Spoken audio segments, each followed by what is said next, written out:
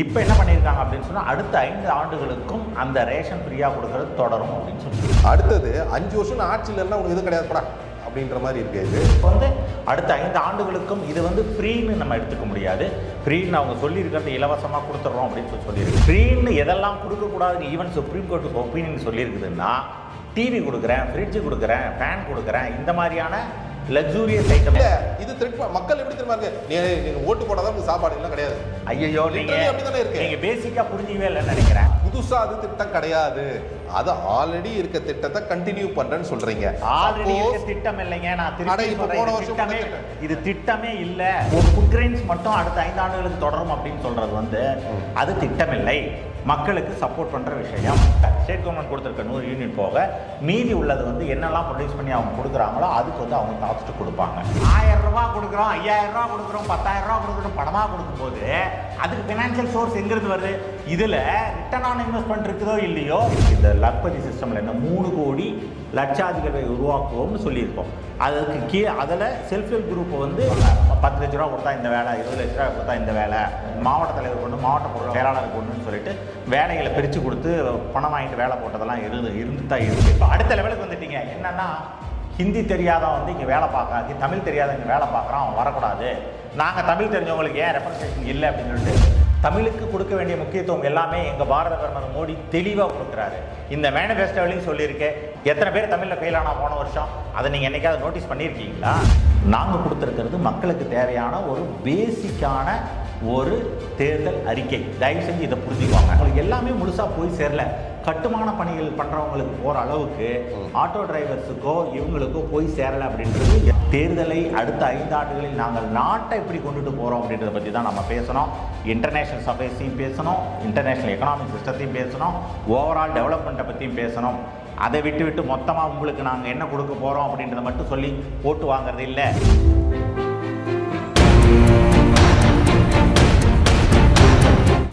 வணக்கம். உங்களுக்கு பேங்க்கில் வேலை செய்ய கனவு இருக்கா? உங்களோட கிராஜுவேஷன் 50% மேல இருக்கா? உங்களுடைய வயசு 26க்கு மிகாமல் இருக்கா? உங்களோட கனவை நினைவாக்க ஐபிபி சென்னையில ஜாயின் பண்ணுங்க. பிரைவேட் பேங்க்ஸ்ல வேலையில சேருங்க. மேலும் விவரங்களுக்கு கீழே உள்ள இணையதளத்தை அணுகவும். வணக்கம் திரு செந்தில் அவர்களே. வணக்கம். இந்த பாரத ஜனதா பார்ட்டியோட மேனிஃபெஸ்டோ ஹைலைட்ஸ் படிக்கிறேன். ஏன்னா நம்ம சேனலில் நிறைய விமர்சிருக்கோம் அந்த பாரத ஜனதா பார்ட்டி மேனிஃபெஸ்டோ. இப்போ அதோட தெளிவான விளக்கத்தை கொடுக்கறதுக்கு வந்திருக்கார் திரு செந்தில் அவர்கள். இந்த புவர் பீப்புளுக்கு வந்து 5 வருஷம் ரேஷன் கொடுக்குறேன் அப்படின்னு சொல்லியிருக்காங்க. இது ஆல்ரெடி இருக்கிறது என்ன, புதுசாக என்ன கொடுக்க போகிறாங்க? ஆக்சுவலி மேனிஃபெஸ்டோ அப்படின்றதே முதல்ல வந்து அடுத்த 5 ஆண்டுகளுக்கு என்ன பண்ண போகிறோம் அப்படின்றது கொடுக்கறது தான் ஒரு கட்சியோட மேனிஃபெஸ்டோ இப்படி தான் கொடுக்கணும் அப்படின்னு சொல்லிட்டு ஒரு சிஸ்டம் இருக்குது. அதன்படி கொடுத்துருக்கு. இது என்ன அப்படின்னு சொன்னால் ஒரு இதுக்கு முன்னால் அந்த மத்திய அரசாங்கத்திலிருந்து ஃபுட் டெலிவரிக்காக கோவிட்லேருந்து ஆரம்பித்தது. அது நம்ம வந்து கோவிட்லேருந்து இவ்வளோ கொடுக்கணும், ஃபுட் கிரெயின்ஸ் கொடுக்குறோம் அப்படின்னு சொல்லியிருந்தாங்க. அதுக்கப்புறம் வந்து அதை நிறுத்தலை. ஆக்சுவலி ஸ்டேட் கவர்மெண்ட்லேருந்து ஒரு ஷேர் கொடுக்குறாங்க. சென்ட்ரல் கவர்மெண்ட்லேருந்து வரதான் ரைஸ் ஒரு 25 கிலோ பேக் அப்படின்னு சொல்லிட்டு 25 கிலோ பேக் கொடுக்குறது சென்ட்ரல் கவர்மெண்ட்டோட ஃபண்ட்லேருந்து தான் பண்ணுறாங்க. இதை வந்து அந்தந்த வருஷத்தில் அது முடியும். இப்போ என்ன பண்ணியிருக்காங்க அப்படின்னு சொன்னால் அடுத்த 5 ஆண்டுகளுக்கும் அந்த ரேஷன் ஃப்ரீயாக கொடுக்கறது தொடரும் அப்படின்னு சொல்லியிருக்கு. இப்போது நீங்கள் சொல்கிறது எப்படி இருக்குன்னா, இப்போ ஒரு இலவச கல்வி இல்லை இலவச உணவு அப்படின்னு ஒரு மேனிஃபெஸ்டோ கொடுக்குறாங்க. சரிங்களா? நீங்கள் ஃப்ரீ கொடுக்க மாட்டீங்கன்னு சொன்னீங்க, எடுத்த உடனே ஃப்ரீலேருந்து ஆரம்பிக்கிறீங்க. அடுத்தது 5 வருஷம் ஆட்சியில் இருந்தால் உனக்கு எதுவும் கிடையாதுப்படா அப்படின்ற மாதிரி இருக்குது. அது எப்படி கண்டினியூ? ஒரு மேனிஃபெஸ்டோன்னு ஒன்று இருக்குது, இல்லை ஒரு திட்டம்னு ஒன்று இருக்குது. அது மக்களுக்கு உபயோகமான திட்டம் தான் வாஸ்தவம். அதை அப்படியே கண்டினியூ பண்ணணும் இல்லையா? அதை எதுக்கு மேனிஃபெஸ்டோ புதுசாக ஒன்று பண்ண போகிறோன்னு சொல்கிற மாதிரி இருக்கே, அது எப்படி சாத்தியம்? அதாவது இந்த ஃபுட் கிரெயின் ரேஷன் இது எல்லாமே வந்து ஸ்டேட்டோட சப்ஜெக்ட். யூஸ்வலாக ஸ்டேட்டில் தான் பண்ணுவாங்க, சென்ட்ரல் கவர்மெண்ட்டோட சப்போர்ட்டில் பண்ணுவாங்க. ஆனால் கோவிட்-19 அப்போ என்ன நடந்துச்சு அப்படின்னு சொன்னால் அப்போ இருந்து அந்த 2 வருஷத்துக்கு சென்ட்ரல் கவர்மெண்ட் டைரெக்டாக கொடுக்க ஆரம்பித்தாங்க. அதை கொடுத்துட்டு ஸ்டேட்டை வந்து சப்ளை மட்டும் பண்ணுவாங்க. இது நடந்துட்டு இருந்தது. பிடிஎஸ் சிஸ்டமில் ஸ்டேட் கவர்மெண்ட் கொடுக்க வேண்டியது சென்ட்ரல் கவர்மெண்ட் கொடுக்க ஆரம்பிச்சது. அது வந்து அந்தந்த பட்ஜெட்டுக்கு அப்பப்போ அந்த பட்ஜெட் மட்டும் போட்டு அந்த பட்ஜெட்டோட முடிகிற மாதிரி அந்தந்த ஃபைனான்சியல் இருக்க முடிகிற மாதிரி தான் இருந்துச்சு. இப்போ என்ன பண்ணியிருக்கிறாங்க, கோவிட்ல ஆரம்பிச்சது 2 வருஷத்துல முடிஞ்சிருக்கணும், முடியல. 3ஆவது வருஷம் நம்ம வந்து சப்போர்ட் பண்ணணும், இன்னும் மக்களுக்கு சப்போர்ட் பண்ண வேண்டி இருக்குது அப்படின்னு சொல்கிறதுக்காக சப்போர்ட் பண்ணாங்க. அதுக்கு அடுத்த வருஷமும் சப்போர்ட் பண்ணாங்க. இப்போ வந்து அடுத்த 5 ஆண்டுகளுக்கும் இது வந்து ஃப்ரீன்னு நம்ம எடுத்துக்க முடியாது. ஃப்ரீன்னு அவங்க சொல்லியிருக்கிறது இலவசமாக கொடுத்துட்றோம் அப்படின்னு சொல்லியிருக்கு. இது வந்து என்னென்னா ஒரு ஸ்பெண்டிங் பொறுத்த வரைக்கும் இலவசம் அப்படின்னு கொடுக்கறது, ஈவன் சுப்ரீம் கோர்ட்டை இலவசமாக கொடுக்கறத வேணாம் அப்படின்ற மாதிரி தான் அவங்களோட ஒப்பீனியனே இருக்குது. ஆனால் இந்த விஷயத்தை இலவசம் சொல்லிட முடியாது. சாப்பாட்டு பொருள் வந்து பேசிக் நீட்ஸை கொடுக்கறது வந்து சென்ட்ரல் கவர்மெண்ட் கொடுக்கறது.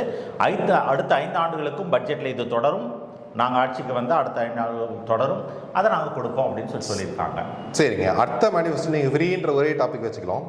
அடுத்த மேனிஃபெஸ்டோவும் பாருங்கள், free quality health service. Free, அதாவது நீங்கள் கொடுத்த மேனிஃபெஸ்டோ தான், நாங்களாம் எதுவும் சொல்லலை, நாங்கள் எங்களோட அறிக்கையில். அடுத்தது ஃப்ரீ, நீங்கள் தான் ஃப்ரீன்னு இருக்கக்கூடாதுன்னு சொன்னீங்க. ஃபர்ஸ்ட் ஃப்ரீ, 2வது ஃப்ரீ. இதுக்கு என்ன நீங்கள் சொன்னீங்க? அது தேவை, உணவு தேவைன்றது.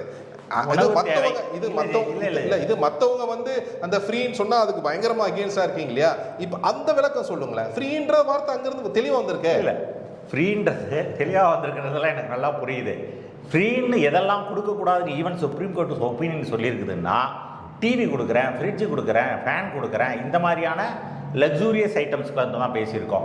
நம்ம கொடுத்துருக்குறதுனா ஹெல்த் கேர் சர்வீசஸில், அதே போல் வந்து ஃபுட்டில் பேசிக் நீட்ஸை வந்து ஃப்ரீயாக கொடுக்கறது அப்படின்றது வந்து என்ன அப்படின்னு சொன்னால், இட் இஸ் நாட் காஸ்ட், பணத்துக்கானது இல்லை, இது வந்து காசு இல்லாமல் கிடைக்கும் அப்படின்னு சொல்கிறது தான் ஃப்ரீ. இங்கே நீங்கள் இதெல்லாம் அடுத்த ஃப்ரீ சொல்கிறேன் நான், அடுத்த ஃப்ரீ சொல்கிறேன். ஒன்று ஃப்ரீ சொல்லிட்டீங்க, விளக்கம் கொடுத்துட்டீங்க, ஃபைன், சந்தோஷம். ஏன்னா எனக்கு இன்னும் கூட அந்த முதல் 5 வருஷம் கண்டினியூ பண்ணுறது எனக்கு உடன்பாடு இல்லை. Okay, I agree your point. 3வது ஃப்ரீ வந்து எலக்ட்ரிசிட்டி ஃப்ரீ. இல்ல அடுத்த 5 ஃப்ரீ இல்ல, ஃபர்ஸ்ட்டுக்கே வருவோம் திருப்பியும். நீங்க கன்வின்ஸ் ஆகிற வரைக்கும் நான் இப்போ பாயிண்ட்டை சொல்றேன் நான். அதாவது 5 வருஷத்துக்கு அடுத்த 5 வருஷன்றது நான் கன்வின்ஸ் ஆகலைன்னு சொல்றது எப்படின்னு எனக்கு புரியல. காரணம் என்ன அப்படின்னு சொன்னால், தமிழ்நாட்டை பொறுத்த வரைக்கும், எந்த ஸ்டேட் கவர்மெண்ட்ஸை பொறுத்த வரைக்கும் அவங்க ரேஷன் கொடுக்குறாங்க. அது கொடுத்தது போக எக்ஸ்ட்ரா வந்து நம்ம கொடுக்குறோம். ரேஷன் பொருட்கள் ஃப்ரீ அப்படின்றது இல்லாமல் ஒரு பேசிக் காஸ்ட் இருக்கும், சரிங்களா? அந்த பேசிக் காஸ்ட் இல்லாமல் கம்ப்ளீட் ஃப்ரீ அப்படின்னு கொடுக்கறதுனால சென்ட்ரல் கவர்மெண்ட்டுக்கு பட்ஜெட்டுக்கு உள்ளார வர்றதுனால அது இத்தனை வருஷத்துக்கு தான், அந்தந்த வருஷத்துக்கு மட்டும்தான் அது பண்ண முடியும். அதை வந்து நாம் என்ன பண்ணுறோம்னா, அடுத்த 5 ஆண்டுகளுக்கு தொடரும் அப்படின்னு சொல்கிறது. அப்படின்னா இது அடுத்த 5 ஆண்டுகளுக்கு மட்டும்தான் தொடரணும்.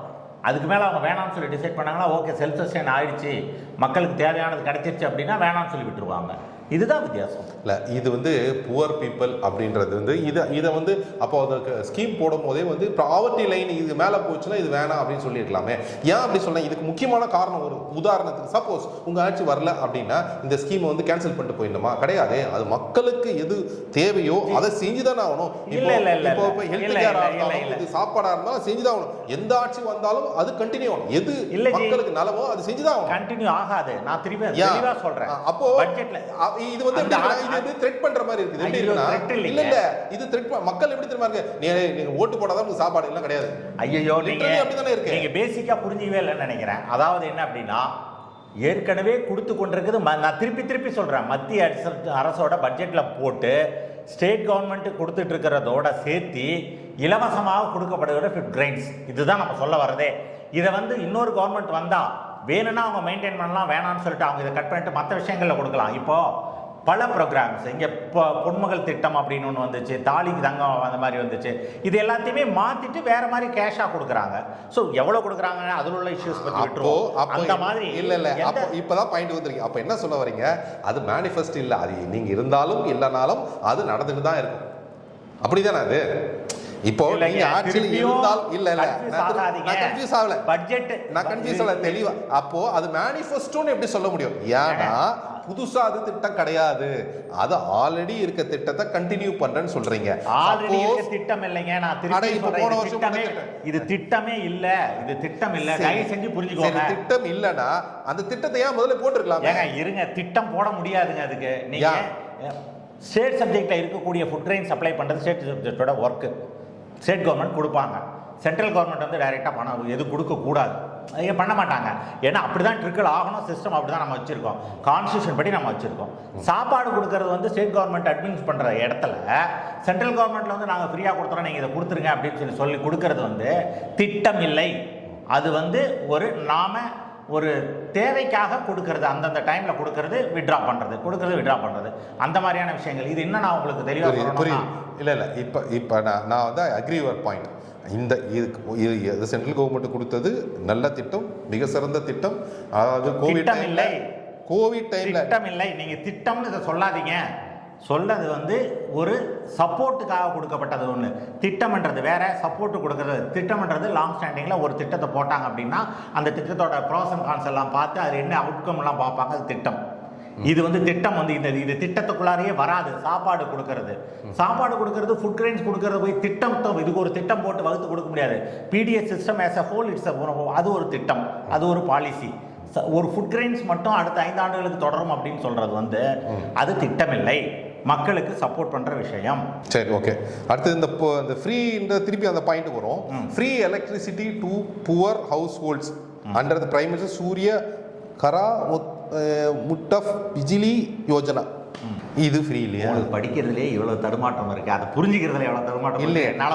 எனக்கு அந்த பாருங்க, எனக்கு தேவை ஃப்ரீ எலக்ட்ரிசிட்டி, அவ்வளவுதான். அதுக்கு பேர் வந்து கந்தசாமி மூன்சாமி என்னடா வச்சுங்க, நான் கூட வச்சுப்பேன். ஏங்க என்னடா பேர் வச்சு, அது எனக்கு தேவையே கிடையாதுங்க. எனக்கு தேவை அந்த திட்டத்தோட, எனக்கு தேவை அந்த திட்டத்தோட ஃப்ரீ எலக்ட்ரிசிட்டி. பாருங்க, நீங்க தான் சொன்னீங்க நாங்க ஃப்ரீ கொடுக்க மாட்டோம் சொன்னீங்க. இப்போ எப்படி கொடுக்கறதுக்கு பேசிக் நீட்ஸ்னு ஒரு சிலது இருக்குது உங்களுக்கு. அது இல்லாம நீங்க ஏங்க கிரைண்டர் கொடுக்குறேன், டிவி கொடுக்குறேன்னு சொல்றது ஃப்ரீங்க, அந்த ஃப்ரீயை கொடுக்காதீங்கன்னு தான் சொல்லுது. ஸ்கூட்டர் வந்து கொடுக்குறோம் இல்லங்க. இப்போ 100 யூனிட் வந்து ஃப்ரீயா தான் கொடுத்துட்டு இருக்காங்க. அதுல என்ன மாற்றம் இருக்கு? அது என்னன்னு கேளுங்க, நாங்க சொல்றோம். அதுதான் கேக்குறோம். அதாவது இது என்ன அப்படின்னா, சோலார் எனர்ஜியை ப்ரொடியூஸ் பண்ணி அவங்க வந்து அவங்களுக்கு அந்த அவங்க கன்சியூம் பண்றது போக வேலைவாய்ப்பை உருவாக்கணும். ஏழைகளும் சொல்லக்கூடிய அந்த ஒரு பர்டிகுலர் செக்மெண்ட் பீப்புளும் அவங்க அந்த ஸ்கீம் படி அவங்க எனர்ஜியை ப்ரொடியூஸ் பண்ணி சோலார் மூலமாக அது வந்து ஃப்ரீயாக கொடுத்தது. கவர்மெண்ட்டு ஒரு சப்சிடியோட கொடுத்து ஃப்ரீயாக கொடுக்குது. அதிலேருந்து ப்ரொடியூஸ் பண்ணி இவங்களுக்கு கொடுப்பாங்க. நம்ம நாட்டில் தமிழ்நாட்டில் டிஎன்இபி கொடுப்பாங்க. டிஎன்இபி அந்த 100 யூனிட் போக, ஸ்டேட் கவர்மெண்ட் கொடுத்துருக்க 100 யூனிட் போக மீதி உள்ளது வந்து என்னெல்லாம் ப்ரொடியூஸ் பண்ணி அவங்க கொடுக்குறாங்களோ அதுக்கு வந்து அவங்க காஸ்ட்டு கொடுப்பாங்க. அது வந்து வேலைவாய்ப்பை உருவாக்கும், அவங்கள வந்து செல்ஃப் சஸ்டைன் ஆக்கிறதுக்காக கொடுக்கப்பட்டிருக்கிற ஒரு ஸ்கீம். இல்லை இது எனக்கு தெளிவாக புரியல. நீங்கள் free electricity to house holds under ஒரு ஸ்கீமில் சொல்கிறீங்க. ஆமாம், சரிங்களா? இது இந்த சோலார் எனர்ஜி உருவாக்குற கம்பெனிக்கு தான் லாபமே கண்டி. இது மக்களுக்கு வந்து ஆல்ரெடி பர்டிகுலர் தமிழ்நாடு மட்டும் இல்லை, எல்லா ஸ்டேட்லையும் ஃப்ரீயாக கொடுக்குறாங்க எலக்ட்ரிசிட்டி. அந்த ஸ்டேட் ஆல்ரெடி கொடுத்துட்டு தானே இருக்காங்க. இப்போ நம்ம மேனிஃபெஸ்டோ வழியாக தான் பேசணும், கொடுக்குறாங்க ரைட். ஆல்ரெடி இல்லை, நீங்கள் இப்போ ஒரு வார்த்தை சொன்னீங்களே, நம்ம நாட்டில் ஒரு பெரிய தப்பான விஷயம் ஒன்று இருக்கு. கார்பரேட்னா அதானி அம்பானி கார்பரேட், கார்பரேட் இல்லை. கார்பரேட்டுக்கு மீனிங் என்னன்றது எனக்கு புரியல. இப்போ நீங்கள் சொல்கிறதுலையே சன் நெட்வொர்க் அப்போ வந்து கார்பரேட் கிடையாது, அதானி அம்பானியோட கம்பெனி மட்டும் தான் கார்பரேட். அதே லெவலில் தான் இது. அவர் என்ன சொன்னார் அப்படின்னா, சார் நீங்கள் சொன்னது என்ன அப்படின்னா, கம்பெனி தயாரிக்கிறவனுக்கு தானே அந்த லாபம் போய் சார், இவங்களுக்கு என்ன, இது எப்படி வந்து அவனை வளர்த்துறதுக்கா அப்படின்னாரு. திருப்பியும் புரிஞ்சுக்கோங்க தலைவா, ரொம்ப தெளிவாக சொல்லியிருக்குது. ஒரு தனி மனிதனை அவனோட வீட்டில் ப்ரொடியூஸ் பண்ணக்கூடிய அந்த எலக்ட்ரிசிட்டி அதை வந்து அவன் கவர்மெண்ட்டுக்கு விற்கிறான். அந்த பர்டிகுலர் இப்போ நான் இருக்கேன் அப்படின்னா நான் கவர்மெண்ட்டுக்கு விற்கிறேன், நான் விற்கக்கூடிய யூனிட்டுக்கு வந்து அந்த கவர்மெண்ட் எனக்கு பணம் கொடுக்குது. அதில் இந்த 100 யூனிட் இலவசமாக போனது போக மீதி எவ்வளோ பணம் இருக்கோ மொத்த பணமும் நமக்கு வருது. அதுவும் இலவசமாக கொடுத்துருக்குறாங்க. ஸோ தட் நீங்கள் 100 யூனிட், இப்போ ஃபார் எக்ஸாம்பிள் 100 யூனிட் ப்ரொடியூஸ் பண்ண ஒரு 250 யூனிட் ப்ரொடியூஸ் பண்ணுறீங்கன்னா 250 யூனிட்டுக்கும் உங்களுக்கு காஸ்ட்டு. ஒருவேளை 100 யூனிட்டுக்கு மேலே 125 யூனிட் வந்து நீங்கள் கன்சியூம் பண்ணிட்டீங்க, 25 யூனிட்டுக்கான காஸ்ட் மட்டும் எடுத்துகிட்டு மீதி உள்ள பணம் உங்களுக்கு வந்து சேரும். இதுதான் இந்த ஸ்கீமோடது. ஃப்ரீ எலக்ட்ரிசிட்டி அப்படின்னு நம்ம சொல்லியிருக்கிறது என்ன அப்படின்னா, அந்த சூரிய அதில் பாருங்கள் உங்களுக்கு தெளிவாக போட்டிருப்பாங்க, என்ன ஸ்கீம்லேயே சொல்லியிருக்கு இது இந்த மாதிரியான ஸ்கீம், இந்த ஸ்கீமில் தான் உள்ளே வரோம் அப்படின்னு சொல்லிட்டு. வாஸ்தவம் தெளிவாக ஒரு 250 யூனிட் யூஸ் பண்ணுறாங்க ஒரு வீட்டில். அந்த வீட்டில் வந்து 150 யூனிட் வந்து அவங்க யூஸ் பண்ணிக்க, மீதி 50 யூனிட்டுக்கு தான் நம்ம வந்து காசு கட்டுற மாதிரி இருக்கு. ஏன்னா 100 யூனிட் 250 யூனிட்டில் 100 யூனிட் இவங்களுது, 50 யூனிட் எக்ஸ்ட்ரா, அப்போ 200 யூனிட்டுக்கு உண்டான காசு கவர்மெண்ட் கொடுத்துரும். இதுதான் கணக்கு. 250 யூனிட் ப்ரொடியூஸ் பண்ணுது அப்படின்னா 100 யூனிட்டு அவங்க வீட்டுக்கு ஃப்ரீயாக கொடுக்குறாங்க, மீதி இருக்க 150 யூனிட்டுக்கு கவர்மெண்ட்டு பணம் கொடுக்கணும். 250 கொடுக்கறதுக்கு பதிலாக அந்த 150க்கு கொடுக்கணும். 250க்கும் கொடுக்கும். ஏன்னா ஸ்டேட் கவர்மெண்ட் வந்து ஸ்டேட் கவர்மெண்ட்டில் சொல்லப்பட்டிருக்க 100 யூனிட் வந்து ஸ்டேட் கவர்மெண்ட்டோட இதில் வருது. இவங்க இப்போ இந்த ஸ்கீமில் இருக்கிறது வந்து என்ன அப்படின்னா 250 யூனிட்டுக்கு தேவையான காசு 250 யூனிட் ப்ரொடியூஸ் பண்ணி கொடுத்தாங்கன்னா 250 யூனிட்டுக்கும் காசு கொடுக்கும். இதை வந்து அந்த 100 யூனிட் ஃப்ரீயாக கொடுக்கக்கூடிய ஸ்டேட் கவர்மெண்ட்டு அந்த காஸ்ட்டை பேர் பண்ணிக்கும். இதுதான் இதோட தெளிவான விளக்கம். புரிஞ்சுக்கிட்டேன். இப்போ அந்த சோலார் பேனல் போடுற காஸ்ட் யார் கொடுப்பா? சோலார் பேனல் அதைத்தான் சொல்லுது. சோலார் பேனல் போடுறது எல்லாமே ஃப்ரீயா கவர்மெண்ட் பண்ணி கொடுக்கும். இந்த திட்டம் வந்ததுன்னா ரொம்ப சிறந்த திட்டம். இது திட்டம் வந்ததுனா சிறந்த திட்டம் இல்ல. அப்ப வந்து நீங்க வந்து வெளியுலகத்தை பார்க்காமலே உள்ளாரையே உட்கார்ந்து இல்லங்க. இதோட காஸ்ட் ஒரு அதாவது ஒரு சோலார் பேனலோட லைஃப் 25 வருஷம். கொஞ்ச நேரத்துக்கு முன்னாடி மேனிஃபெஸ்டோன்றது வந்து ப்ராக்டிக்கலாக அப்ளிகபிளாக இருக்கணும்னு சொல்லுவாரு. ஒரு சோலார் பேனலில் ஆயில் 25 வருஷம். இது வரைக்கும் எந்த சோலார் பேனல்லையும் ROI வரலன்றது வந்து சோலார் பேனல் இண்டஸ்ட்ரி எல்லாருக்குமே தெரியும். அதனால தான் அதை பெரிய லெவலாக கொண்டு வர முடியல. பர்டிகுலராக இண்டிவிஜுவல் வீட்டுக்காக. இது வந்து பெரிய பிளான்ட்னா அது டிஃப்ரெண்ட் ஸ்டோரி ஆக்சுவலாக. இப்போது அந்த இண்டிவிஜுவல் வீட்டுக்கு ஒரு சோலார் பேனல் போடணும் அப்படின்னால் குறைஞ்சபட்சம் 70,000 ரூபாயில இருந்து 1 லட்சம் ரூபாய் செலவாகும். ஆவரேஜ் ரொம்ப கம்மி. இன்னாதான் பெஸ்ட்டாக இன்னாதான் ரொம்ப சீப்பஸ்ட். நம்ம ஊர்லேயே வந்து நம்ம கிளாஸ் வச்சு நம்ம ஊர்லேயே அந்த செல்லை வச்சு நம்ம ஊர்லேயே ஃப்ரேம் பண்ணி நம்ம ஊர்லேயே எல்லாத்தையும் பண்ணாலும் கூட 50-55,000 ரூபாய் கம்மி போடவே முடியாது. ஒரு வீட்டில் அதாவது புவர், நல்லா கேட்டுங்க, this scheme was even for the poor. ஒரு நிமிஷம் இடைமறிச்சு பேச நினைக்க வேண்டாம். தயவு செஞ்சு ஸ்கீமை புரிஞ்சுக்கோங்க, அண்டர்ஸ்டாண்ட் பண்ணிக்கோங்க. 70,000 ரிட்டர்ன் ஆன் இன்வெஸ்ட்மெண்ட்லாம் இதுல வராது. காரணம் என்னன்னா பேனல் கொடுக்கறது கவர்மெண்ட் தான். அத நான் முடிச்சுக்கிறேன். இருங்க, நீங்க முடிக்கவே வேண்டாம். இதுக்கு நீங்க ரிட்டர்ன் ஆன் இன்வெஸ்ட்மென்ட் போய் சோஷியல் ஃபண்டிங் தாங்க. நான் என்ன சொல்றேன் நீங்க புரிஞ்சுங்க. முதல்ல ஒரு 100 யூனிட்டுக்கு எவ்வளவு ஆகும்? இன்னைக்கு பில் எவ்வளவு? 100 யூனிட்டுக்கு ஒரு வீட்டோட 100 யூனிட்டுக்கு பில் எவ்வளவுங்க? 2,000 ரூபாவா? 3 ரூபாவா? 300 ரூபாங்க ஒரு ஆளுக்கு. ஒரு வீட்டுக்கு 300 ரூபாய். வருஷத்துக்கு வந்து பாத்தீங்கன்னா 3,600 ரூபாய் தாங்க. சரிங்களா? 3,600 10 வருஷத்துக்கு 36,000 ரூபாய் தாங்க. 15 வருஷத்துக்கு தாங்க 50,000. இந்த 15 வருஷத்துக்கோட டோட்டல் அமௌண்ட்டை நம்ம இங்க ஸ்பெண்ட் பண்றது ஃபினான்ஷியலி இது கரெக்டா இல்லையான்னு புரியல. அப்படி கொடுத்தா this is the greatest loss. புத்திசாலித்தனமான கால்குலேஷன். நான் கேக்குறேன், 1,000 ரூபாய் கொடுக்குறோம், 5,000 ரூபாய் கொடுக்குறோம், 10,000 ரூபாய் கொடுக்குறோம், பணமாக கொடுக்கும்போது அதுக்கு ஃபினான்ஷியல் சோர்ஸ் எங்கிருந்து வருது? இதில் ரிட்டர்ன் ஆன் இன்வெஸ்ட்மெண்ட் இருக்குதோ இல்லையோ, ஒரு குடும்பத்துக்கு வேலை வாய்ப்பு உருவாக்கி பண்ணி கொடுக்குது. அந்த குடும்பம் அதிலிருந்து எடுத்து தன்னோட தேவையை பூர்த்தி பண்ணிக்குது. நீங்க இந்த பேசிக்கான விஷயத்தை விட்டுவிட்டு ROI-ல இவ்வளவு வருதாமா, அதுக்கப்புறம் வந்து சொல்லணும்ன்றதுக்காக தெரியுது. இது சொல்லணும் இல்லைங்க. ஒரு அதாவது ஒரு மேனிஃபெஸ்டோ வந்து பிராக்டிகலா இம்ப்ளிமெண்ட் பண்ணிட்டு இருக்கிற விஷயத்தை அப்போ ஒரு வீட்டுக்கு 70,000 ரூபாய் கொடுத்தா என்னங்க எவ்வளவு ஆகும்? ஆல் ஓவர் இந்தியா எவ்வளவு புவர் இருக்கு, நமக்கு தெளிவா இருக்குது. யாரு புவரோ யாரு தேவை இருக்கோ அவங்களுக்கு மட்டும் தான் கொடுக்குறோம்னு சொல்லியிருக்கு. அவங்களுக்கு வேலை வாய்ப்பை உருவாக்குறோம்னு சொல்லியிருக்கு. நீங்க சும்மா ஏன் வந்து கன்ஃபியூஸ் பண்ணிக்கிறீங்க? 1,000 ரூபாய் கொண்டுட்டு போய் இலவசமா கொடுக்கறதையும் இந்த மாதிரி இலவசங்கள் கொடுத்து அவங்க வேலை வாய்ப்பை உருவாக்குறதையும் கன்ஃபியூஸ் பண்ணிக்கவே வேண்டாம். 3 crores rural women become லக்பதிஸ், லட்சாதிபதிகளாக மாற்றுகிறோம் சொல்லியிருக்கு. எப்படி? அதுல என்ன கன்ஃபியூஷன்? அதுக்கு அடுத்து ஒரு பாயிண்ட் இருக்கு படிங்க. அது இல்ல அவ்வளவு அந்த பாயிண்ட் அவ்வளவுதான். இல்ல அதுக்கு நீங்க இன்டகிரேஷன் போறத வேணாம். அதுல ரைட் இன்டகிரேஷன் ஆஃப் வுமன் அதில் தெளிவாக சொல்லியிருக்கோம். செல்ஃப் ஹெல்ப் குரூப்பை வந்து அவங்களோட ப்ரொடியூஸையும் கொண்டுட்டு போய் நாங்கள் வந்து மார்க்கெட்டுக்கு கொண்டுட்டு வரதுக்கான வேலை பார்க்கணும். நம்ம தமிழ்நாட்டில் மதின்னு ஒரு சிஸ்டம் இருக்குது. அப்படின்னா என்ன அப்படின்னு சொன்னால், செல்ஃப் ஹெல்ப் குரூப்பு என்னென்னலாம் ப்ரொடியூஸ் பண்ணுறாங்களோ, செல்ஃப் ஹெல்ப் குரூப்புன்றது யார்? பேங்க் லோன் கொடுத்து ஒரு குரூப்பை உருவாக்கி அந்த குரூப் வந்து ஏதாவது ஒரு ப்ராடக்ட் உருவாக்கி அதன் மூலமாக செல்ஃப் சஸ்டைன் ஆகணும் மக்கள் அப்படின்றது தான் கவர்மெண்ட்டோட நல்ல எண்ணம். இது இன்னைக்கு இல்லை, இது இதுக்கு முன்னால் இருந்த கவர்மெண்ட்டுமே போட்டு தான் கொண்டு வந்திருக்காங்க. தமிழ்நாடு ஸ்டேட்லேயும் இருக்குது. ஈவன் ஒரு ஒரு 2-3 மந்த்ஸ் முன்னால் இதை பற்றி பெருசாக வந்து நம்மளோட இளவரசர் பேசியிருப்பாங்க, தெளிவாக சொல்லியிருப்பாங்க. மத்தியில் வந்து நாங்கள் இதை பண்ணுறோம் அதை பண்ணுறோன்னு சொல்லியிருப்பாங்க. நம்ம அதை பற்றி இப்போ அதுக்குள்ளே போக வேண்டாம். நாம் எல்லா கவர்மெண்ட்டுமே, எல்லா ஸ்டேட் கவர்மெண்ட்டுமே செல்ஃப் ஹெல்ப் குரூப்பை ப்ரமோட் பண்ணுறாங்க. அவங்க ப்ரொடியூஸ் பண்ணுற ப்ராடக்ட் வந்து சந்தைக்கு கொண்டுட்டு போகாமல் ஒரு மார்க்கெட்டில் போட்டு பண்ணுறாங்க.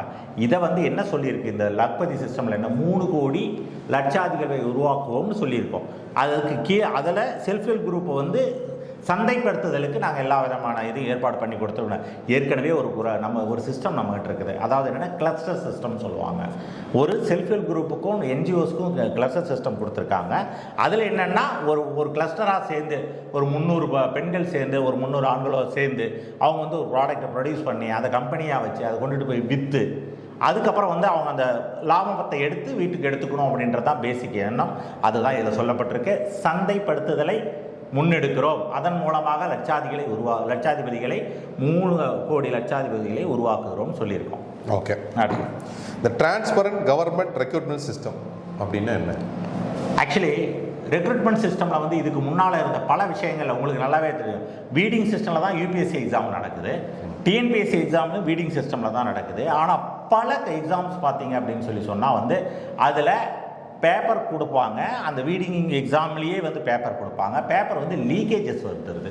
அந்த லீக்கேஜஸ் இல்லாமல் அதை வந்து அதுக்குன்னு ஒரு லா பயன்படுத்தி, இது வந்து நம்ம ஸ்டேட்டில் கொஞ்சம் கம்மின்னு நினைக்கிறேன். ஏன்னா மாஸ் அவுட்டிங் கம்மி, தமிழ்நாட்டில் அதெல்லாம் நடக்கலை. ஆனால் மத்திய பிரதேஷ், உத்தரப்பிரதேஷ் இந்த மாதிரியான சில ஸ்டேட்ஸில் இந்த மாதிரி விஷயங்கள் நடந்திருக்குது. டிரான்ஸ்பரன்சி இல்லாமல் உள்ளே எப்படி செலெக்ஷன் நடக்குதுன்னு தெரியாமல் நம்ம ஸ்டேட்டில் வந்து செலெக்ஷன் ப்ராசஸில் மட்டும் அதை வச்சுப்பாங்க. ஒரு 4 டிஎன்பிஎஸ்சி மெம்பர் இருந்தாருன்னா அவங்க வந்து நமக்கு தான் தெரியுமே, உங்களுக்கு மார்க்கெட்டில் வெளிப்படையாக வந்து பேசுவாங்க. 10 லட்ச ரூபா கொடுத்தா இந்த வேலை, 20 லட்ச ரூபா கொடுத்தா இந்த வேலை, உங்களுக்கு ஸ்டேட் லெவல்லேருந்து ஒன்றிய தலைவருக்கு ஒன்று, மாவட்ட தலைவருக்கு ஒன்று, மாவட்ட செயலாளருக்கு ஒன்றுன்னு சொல்லிட்டு வேலைகளை பிரித்து கொடுத்து பணம் வாங்கிட்டு வேலை போட்டதெல்லாம் இருந்து தான் இருக்குது. இதுக்கு முன்னாலேயும் இருந்தது. இப்போது இந்த இன்டர்நெட் உலகம் ஆரம்பித்த பின்னால் பல விஷயங்கள் டிரான்ஸ்பரண்ட் ஆகிடுச்சு. அதை இன்னும் டிரான்ஸ்பரண்ட் பண்ணி அந்த மாதிரியான முறைகேடுகள் நடக்காமல் இருக்கிறதுக்கான முயற்சி எடுக்கலாம் அப்படின்னு சொல்லியிருக்காங்க. சரி, இப்போது இதில் இந்த தமிழ்நாடு மக்கள் நிறைய பேருக்கு தெரியும், எல்லாருக்குமே தெரியும், எந்த நேஷ்னலைஸ்டு பேங்க்லேயும் கடந்த ஒரு 5 வருஷமாக எந்த ஸ்டேட் லெவலில் இருக்கவங்களும் ரெக்ரூட் ஆகிறதில்ல. நீங்கள் கேட்கலாம், இல்லை எக்ஸாம் எழுதுறதே இல்லைன்னுலாம் சொல்லாதீங்க. நிறைய எக்ஸாம் சென்டர்ஸுக்கு ஆனால் செலக்ட் ஆகாத காரணம் இதெல்லாம் சொல்ல முடியுமா? நிறைய இது வந்து ஒரு பப்ளிக் அலிகேஷன்ஸு. எந்த பேங்க்கில் போனாலும் இப்போ கூட ஒரு 4 நாளைக்கு முன்னாடி ஒரு கோயம்புத்தூர் ரயில்வே ஸ்டேஷனில் டிக்கெட் புக்கிங் கவுண்டரில் நடந்த இஷ்யூ என்னென்னா, அவருக்கு வந்து ஹிந்தி தெரியும், ஆனால் அன்ஃபார்ச்சுனேட் இங்கிலீஷ் தெரியல அவருக்கு. இங்கே இருக்கவங்களுக்கு வந்து அவர்கிட்ட கம்யூனிகேட்டே பண்ண முடியல. கம்யூனிகேட் பண்ணால் அது பெரிய வைரலாச்சு. ஒரு ½ ஹவருக்கு ஒரு 3 டிக்கெட் தான் அடித்தார். அவர் தடவை அடித்தார், பக்கத்தில் ஒரு ஹெல்ப் பண்ணார். இதெல்லாம் பெரிய இஷ்யூ ஆச்சு. ஸோ இதெல்லாம் எப்படி ஸ்டாப் பண்ண போகிறாங்க? இதெல்லாம் தானே வெரி இம்பார்ட்டன்ட் திங்க. எப்படிங்க ஏங்க ஒரு ஸ்டேட்டில் இல்லைங்க, ஒரு ஸ்டேட்டில் இப்போது ஒரு ஸ்டேட்டுக்கும் தனித்துவம் இருக்குது, அவங்க லாங்குவேஜ்னு ஒன்று இருக்குது. அப்போது ஒரு ரெக்ரூட்மெண்ட் போர்டில் ஒன்று அந்த ஸ்டேட்டில் யூஸ் பண்ணுற language English or the local language. இதுதானே கரெக்ட் முறை.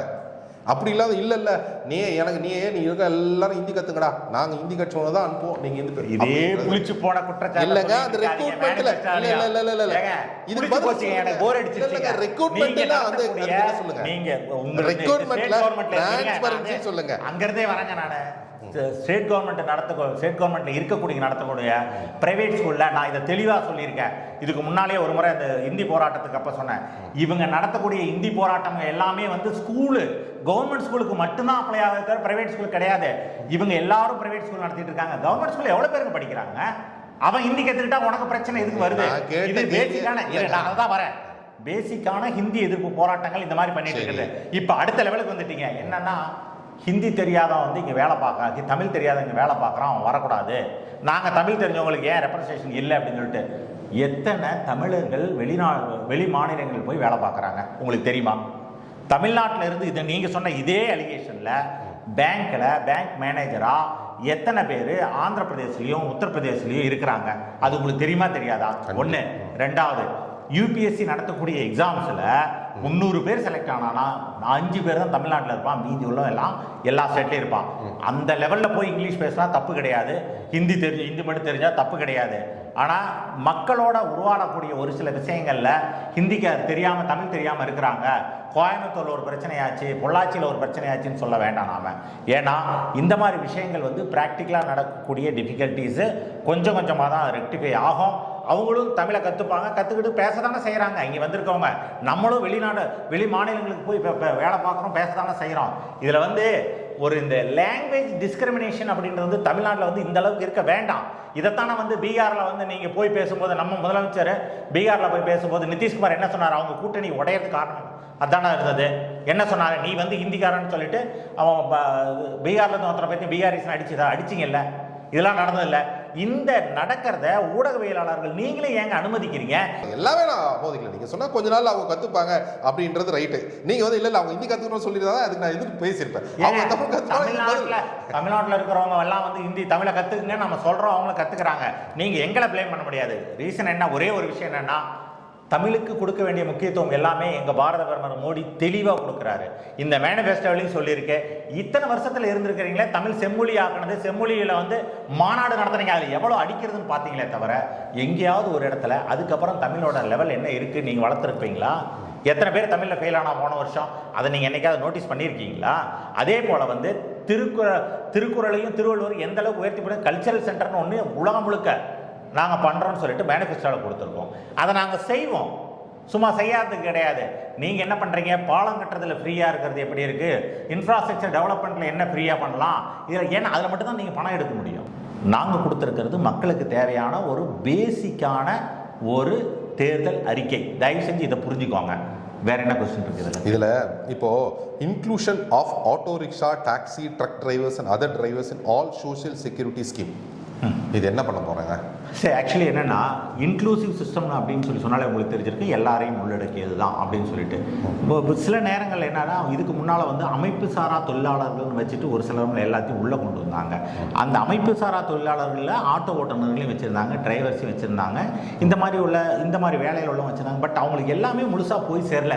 கட்டுமான பணிகள் பண்ணுறவங்களுக்கு போகிற அளவுக்கு ஆட்டோ டிரைவர்ஸுக்கோ இவங்களுக்கோ போய் சேரலை அப்படின்றது நம்மளோட டேட்டாவை பொறுத்து. அதை ஃபுல்ஃபில் பண்ணுன்றதுக்காக அதை வந்து நம்ம வந்து இவங்க எல்லாத்தையும் கொண்டு வந்து எல்லா ஸ்கீம்லையும் அவங்களே இன்க்ளூட் பண்ணால் இன்சூரன்ஸு, அவங்களுக்கு தேவையான ஃபினான்சியல் சப்போர்ட், பேங்கிங் சப்போர்ட்ஸு. என்னோட நண்பர் ஒருத்தர் கேட்டிருந்தாரு, ஒரு ஆட்டோ வாங்குறதுக்கு பேங்க்கில் வந்து முத்ராவுக்குள்ளார வருமா வராதா, பிக்கஸ்ட் கொஸ்டின். ஓகே, முத்ராவுக்குள்ளே வராதுன்னா வேறு என்ன மாதிரி லோன் ஆட்டோ வாங்குறது கொடுக்கும் நேஷனலைஸ் பேங்க்கில் எப்படி கொடுக்கணும் அப்படின்னு சொல்லி பார்த்தா அதில் வந்து ஏகப்பட்ட நெட்டிகிரிட்டிஸ் இருக்குது. இது எல்லாத்தையும் ரிமூவ் பண்ணிவிட்டு ஒரு மைக்ரோ லெவலில் இருக்கக்கூடிய ஒரு செக்மெண்ட்டையும் அட்ரஸ் பண்ணியிருக்காங்க. அவங்களுக்கு தேவையான விஷயங்கள் போய் சேரணும்னு எதிர்பார்க்குறோம்.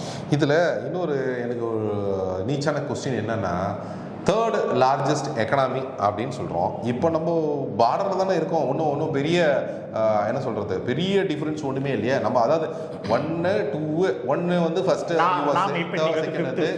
Largest economy, third largest. அதாவதுங்க பேஸ் எஃபெக்ட் அப்படின்னு ஒன்று சொல்லுவாங்க. ஒரு 10 ரூபா சம்பாதிக்கிறவன் அடுத்த நாள் காலையில் 100 ரூபா சம்பாதிக்கிறதுன்றது ஈஸி. 100 ரூபா சம்பாதிக்கிற இடத்துல போய் 150 ரூபா சம்பாதிக்கிறது கொஞ்சம் கஷ்டம். 150 ரூபா சம்பாதிக்கிறது 200 ரூபாய்க்குள்ள எல்லாரும் கொண்டுட்டு வரணுன்றது ரொம்ப கஷ்டமான விஷயம். 250 ரூபா 500 ரூபான்றது இன்னும் கஷ்டமான விஷயங்கள். அது எப்படி வரும்னு உங்களுக்கு தெரியும். 5th இடத்துக்கு 5வது இடத்துக்கு வந்துட்டோம். ஏன்னா எக்கானமியில் வந்து பார்த்தீங்கன்னா உங்களுக்கு நல்லா தெரிஞ்சிருக்கும், அந்த பேசிக்காக இருக்கிறது எல்லாமே ஒரு லெவலில் வந்து முன்ன பண்ண இருந்துகிட்டு இருப்பாங்க. 5th பொசிஷனுக்கு வர்றதுக்கு நாம் வந்து ஒரு 2 வருஷம் எடுத்துக்கிட்டோம். இப்போ 3rd பிளேஸ் வர்றதுக்கு வந்து ஜிடிபி லெவல் இன்க்ரீஸ் ஆகணும். ஜிடிபி தான் மேஜராக டபுள் டிஜிட்டில் வரணும் நமக்கு. அதே சமயத்தில் நம்மளோட ஃபாரெக்ஸ் ரிசர்வ் அதிகமாகணும்.